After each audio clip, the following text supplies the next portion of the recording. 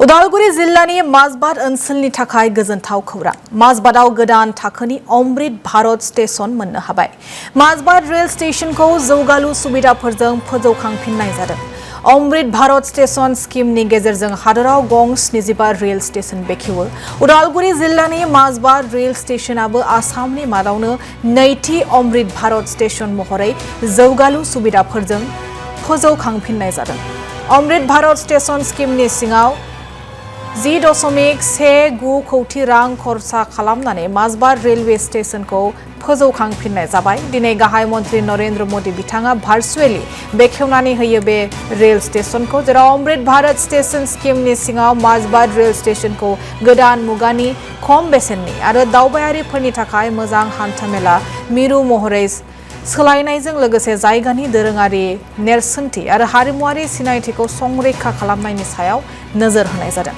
Rail स्टेशनाव समायना महरै जौगाहोनाय स्टेशन बिल्डिं, जौगा सार्कुलेशन ओनसोल, गुवार नेग्रा जायगा, बरायनाय प्लेटफर्म, इन्फ्रास्ट्राक्चार, लिफ्टजों लोगोसे फुट ओभार ब्रिज आरो बेंगुरा लोगोआरि खाबुफोर, गोदान मुगानि खिखरसालि, जौगा थाखोनि दावबायारि फोरमायथि खान्थि बायदि बायदि थागोन।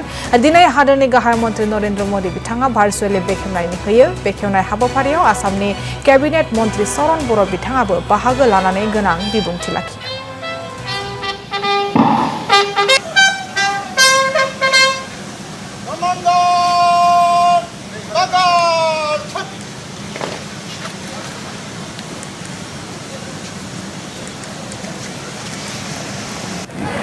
जोंनि माजबाद लोगोसे उदालगुरि लोगोसे जोंनि बिटिसिनि थाखाय बा समग्र आसामनि थाखायनो खोब मोजां गोजोनथाव बा मोजां सान होनना बुंनांगोन।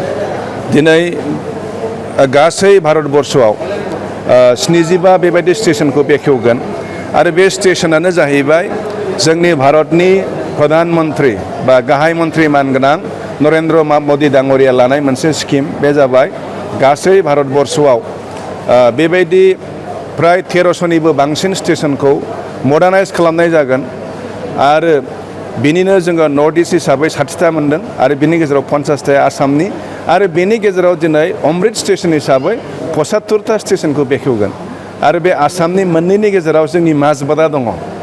जोंनि आरो आंनि लकेल, आं बिनि MLA लोगोसे आं दा मन्थ्रिबो। ओंखायनो जोंनि माजबाद बासिनि थाखाय, उदालगुरिनि थाखाय, बिटिसिनि थाखाय दिनै खोब मोजां सान आरो मा खाबु जागोन बेवहाय जथेस्थ' मोजां खाबु जागोन। बेखौ एकदम गोदानै लुफुंनाय जाबाय। बेवहाय गुवार मोनसे वेटिं एरिया दं, एयार कन्डिसन, टिकेट काउन्टार फेसिलिटिया फुरा मोजां आरो बेनिफ्राय उन्दै गथ'फोरखौ केयार लानो मोनसे इउनिट दं। बोराय बुरैया थाबायना फैनो थाखाय रेम्पनि बेबस्था दङ आरो गोग्गो लोंनाय दैनि बेबस्था दं बेवहाय आरो बेनिफ्राय साइडआव पार्किंनि बेबस्था आरो बेनि सिङावनो जोंनि हारिमु, जोंनि ऐतिह्यखौ दिन्थिनो थाखाय मोनसे माबा दं आरो बेबस्था दं। बेहाय जोङो माने बेखौ आलायना दोननाय बा जोङो सिथाबनानै दोननानै जाहाथे गुबुन टुरिस्टफ्रा फैयोब्ला, गुबुन आलासिफ्रा फैयोब्ला जाहाथे फैनानै नुबानो हमनो हायो जे बिनि कालसारा मा, बिनि जारिमिना मा, बिनि बेबस्था दङ आरो पेसेन्जार इनफरमेसन हिसाबै डिसप्लेनि बेबस्था दङ। नैबे रोखोमनि बेबस्था बेवहाय होनाय जादों आरो नैबे माजबाद स्टेशना 1909 मायथाइयाव गायसनजानायमोन। 100 बोसोरनि बारबाय, मोनसे जारिमिनारि स्टेशन बियो।